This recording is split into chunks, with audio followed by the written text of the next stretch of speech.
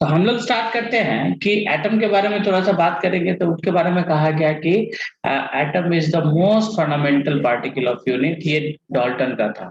लेकिन बाद में इनका जो है कुछ बात सही निकला और कुछ बात क्या हुआ, गलत निकल गया। गलत क्या निकला कि एटम को बाद में और भी छोटे छोटे टुकड़ों में बांट दिया गया। समझ रहे हैं? किस किस टुकड़े में बांटा गया? Electron, proton and neutron. ठीक है, इन तीन टुकड़ों में बांटा गया। मतलब क्या है कि ये प्रूफ हो गया कि एटम को भी हम लोग क्या कर सकते हैं, डिवाइड कर सकते हैं, या फिर और छोटे पार्टिकल्स के अंदर में और छोटे पार्ट में उसको ब्रेक कर सकते हैं। ठीक है, यहाँ तक तो कोई दिक्कत नहीं होगा।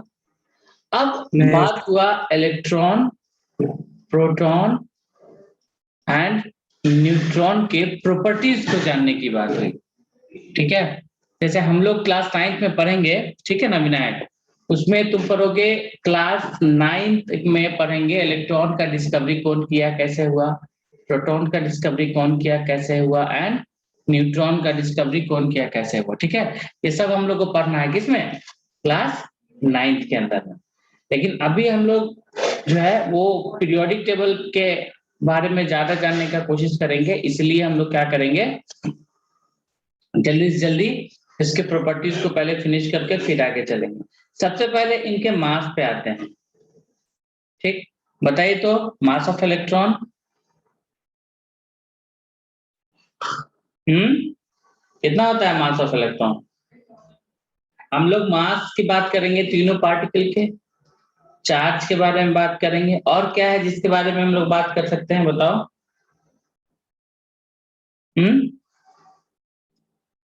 अगर हम लोग मास की बात करें, ठीक है, तो इलेक्ट्रॉन का मास होता है 9.1 into 10 to the power -31 kilogram. ठीक है, प्रोटॉन का कितना होता है 1.6 into 10 to the power -27 kilogram. ठीक है, और इसका भी उतना ही होता है 1.6 into 10 to the power -27 kilogram. याद रहेगा? नेक्स्ट, ठीक, नेक्स्ट हम लोग अगर चार्ज की बात करें, ठीक है, चार्ज कैसा, पर कूलम, यानी चार्ज का मतलब अगर हम लोग बात करें किसके लिए, इलेक्ट्रॉन के लिए, तो ये हो जाता है -1.6 into 10 to the power -19 coulomb. Proton पे कितना चार्ज हो जाएगा, plus same 1.6 into 10 to the power -19 coulomb. और इस पे क्या लिखेंगे हम लोग, नो चार्ज। No charge. यहां तक तो हम लोग जानते हैं इन दोनों के बारे में। ठीक है, अगेन रिलेटिव चार्ज का मतलब होता है कि अगर हम इलेक्ट्रॉन पे माने -1 चार्ज, तो इस पे हमको रिलेटिवली क्या मानना पड़ेगा, +1 चार्ज।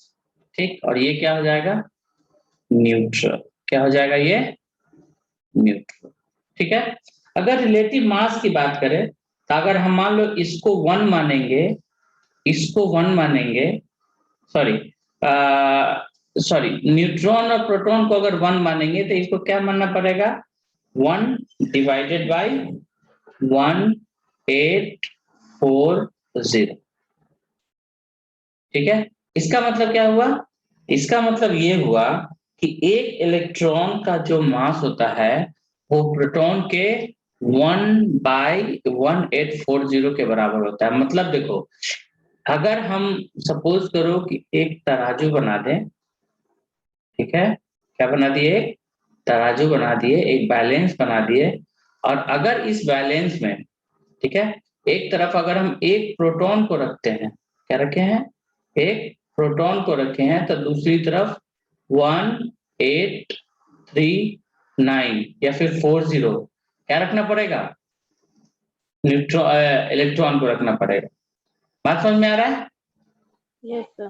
ठीक है, तो कहने का मतलब है कि ये होता है रिलेटिव। और हमको बताओ कि हम लोग और क्या रख सकते हैं इसका, अगर हम लोग मास की बात करें, ठीक है, तो हम लोगों ने पढ़ा है ना ये चीज, क्या बोलते हैं उसको, रिलेटिव मास या फिर atomic mass unit 9th class में।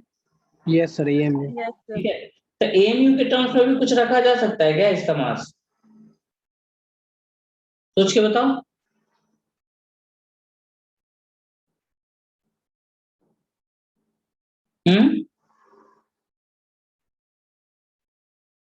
हम लोगों का काम जो है वो इतने इंफॉर्मेशन से चल जाता है, ठीक है, लेकिन पढ़ने के लिए भी बहुत कुछ है इसमें पढ़ने के लिए, ठीक है। यहाँ तक समझने में अगर हम सोडियम के तीनों एलिमेंट्स के अंदर हम लोग देखें तो हम लोग को यही समझ में आएगा कि एक ने इलेक्ट्रॉन लूज किया है, तो इसके अंदर इलेक्ट्रॉन कितना होगा? देखो तो Na+ के अंदर इलेक्ट्रॉन कितना होगा?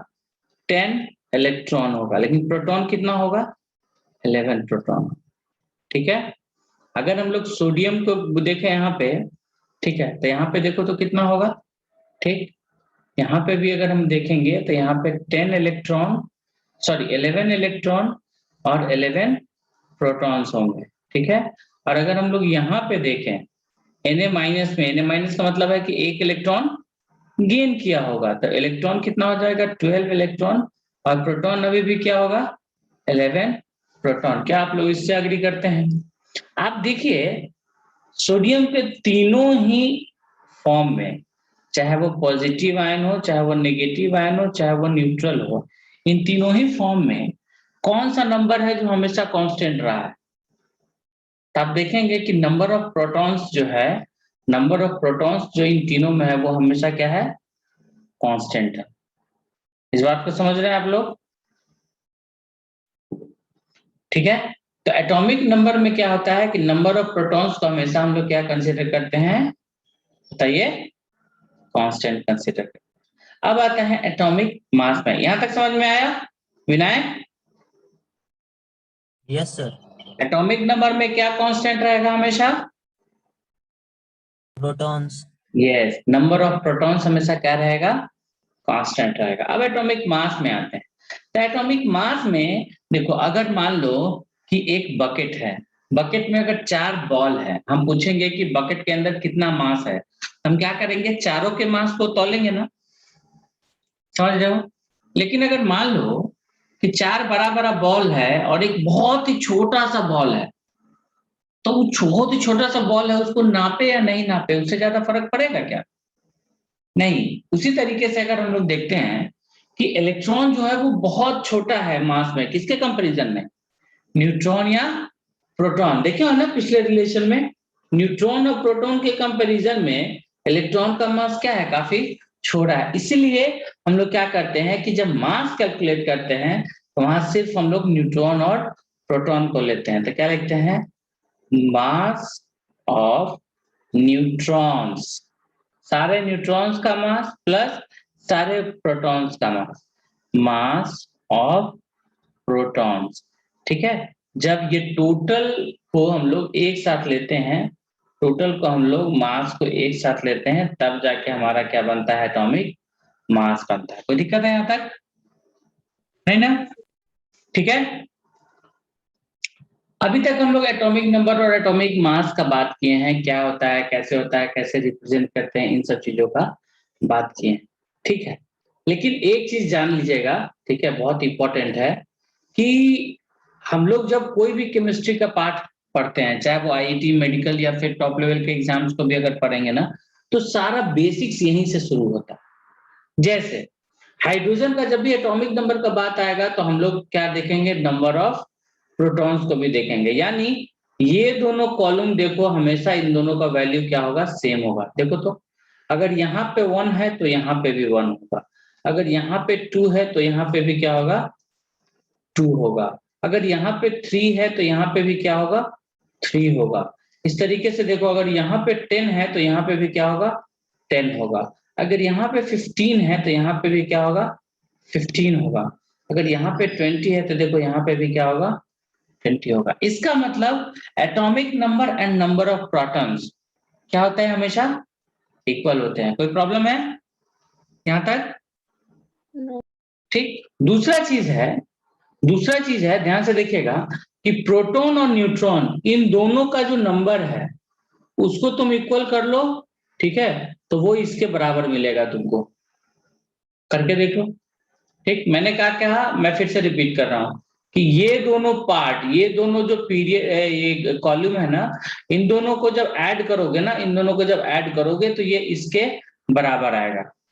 देखो जैसे यहाँ पे देखो 1 प्लस ये डैश कितना होगा 1, फिर देखो 2 प्लस 2 कितना होगा 4, फिर देखो 3 प्लस 4 कितना हो रहा है 7, फिर देखो यहाँ पे 4 प्लस 5 कितना हो रहा है 9, फिर देखो 5 प्लस 6 कितना हो रहा है 11, यहाँ देखो 6 प्लस 6 कितना हो रहा है 12, 7 प्लस 7 कितना हो रहा है 14, 8 प्लस 8 कितना हो रहा है 16, 9 प्लस 10 कितना आ रहा है 19, 10 प्लस 10 कितना आ रहा है 20, 11 प्लस 12 कितना आ रहा है 23, 12 प्लस 2 कितना आ रहा है 24, 13 प्लस 14 कितना आ रहा है 27, 14 प्लस 14 कितना आ रहा है 28, 15 प्लस 16 कितना आ रहा है 31, 16 प्लस 16 कितना आ रहा है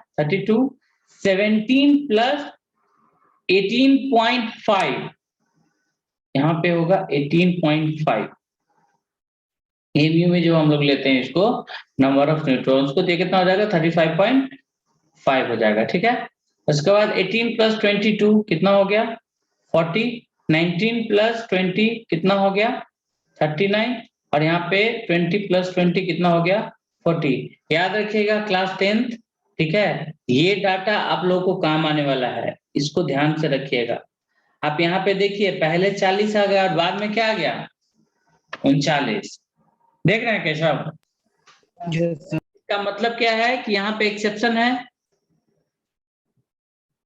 और यही एक्सेप्शंस के कारण, ठीक है, हम लोग पीरियोडिक टेबल में पढ़ेंगे, जो पीरियोडिक टेबल, जो हम लोग पीरियोडिक टेबल को मास के हिसाब से डिफाइन करने का कोशिश किए थे, सिर्फ यही डाटा और एक दो डाटा ऐसा आया जो ये डिफाइन कर दिया कि नहीं इसमें भी एक्सेप्शन है, और हम लोग इसको क्या कर लिए थे रिवोक कर लिए थे। ठीक है, कोई दिक्कत है यहाँ तक? नहीं। ये चार्ट आप लोगों को समझना है। ये रचिका राज कौन है?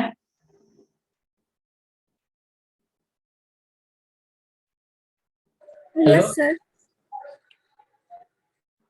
आप तो फर्स्ट टाइम आए हो क्लास में? Yes sir. School? Sir school कौन सा है आपका? रेजोनेंस। ओके, ठीक है, यहाँ तक समझ में आया?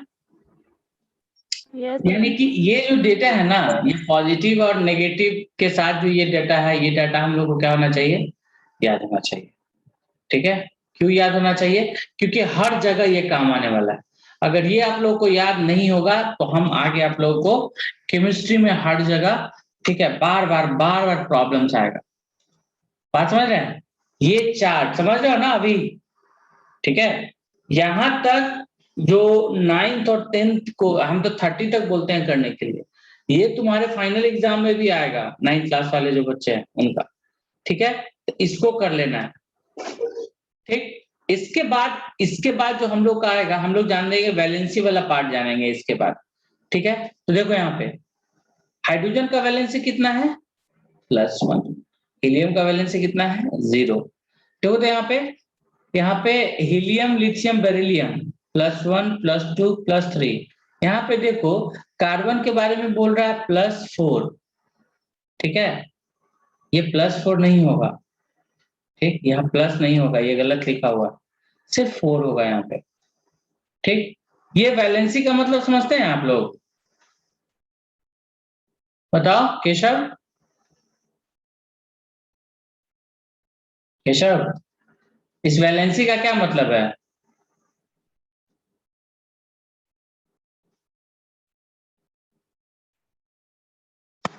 Sonakshi? Sir outermost shell में जो इलेक्ट्रॉन प्रेजेंट होता है, इसका मतलब यही होता है कि ये +1 में आके और क्या हो जाएगा स्टेबल। ठीक है, ये -3 में आके क्या हो जाएगा स्टेबल। बात समझ रहे हैं क्या बोल रहे हैं? +1 का मतलब क्या हो गया कि ये इतना इलेक्ट्रॉन क्या करेगा, देखिए ये +1 का मतलब है कि ये एक इलेक्ट्रॉन लूज करेगा और क्या हो जाएगा, स्टेबल हो जाएगा। ठीक, +2 में आने का मतलब क्या हो गया कि 2 इलेक्ट्रॉन लूज करेगा, क्या हो जाएगा, स्टेबल। +3 में आने का मतलब क्या हो गया, 3 इलेक्ट्रॉन लूज करेगा, क्या हो जाएगा, स्टेबल। याद है ना, हम बताए हुए हैं ना स्टेबिलिटी कैसे आता है, 1 2 3 4 वाला नियम। Yes, sir. ठीक है, उसी तरीके से -3 वैलेंसी का मतलब क्या हो गया कि 3 इलेक्ट्रॉन गेन करेगा और क्या हो जाएगा, स्टेबल। -2 का मतलब क्या है, 2 इलेक्ट्रॉन गेन करेगा और क्या हो जाएगा, स्टेबल। -1 का क्या मतलब है, 1 इलेक्ट्रॉन गेन करेगा और क्या हो जाएगा, स्टेबल। और 0 का मतलब है कि ना ही ये गेन करेगा ना ही ये लूज करेगा, मतलब ये पहले से क्या है, स्टेबल है। याद है इसका हमें वो डाटा पढ़ाए हुए आप लोग को, 1 से लेके 18 तक गए थे और बोले थे कि 3 का 2 पे जाना आसान या 10 पे जाना आसान। Yes, sir.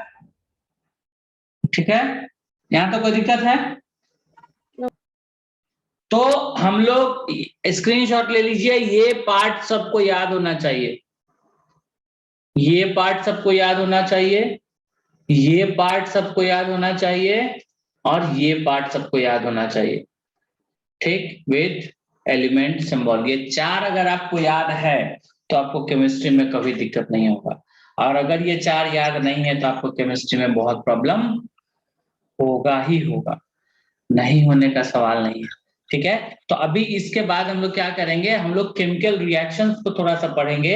अगर ये वैलेंसी हम लोग को याद रहेगा तो वो हम लोग को बहुत सपोर्ट करेगा। ठीक है, 5 मिनट का ब्रेक लेते हैं, ब्रेक के बाद फिर हम लोग आएंगे इस पे। ठीक है, चलिए।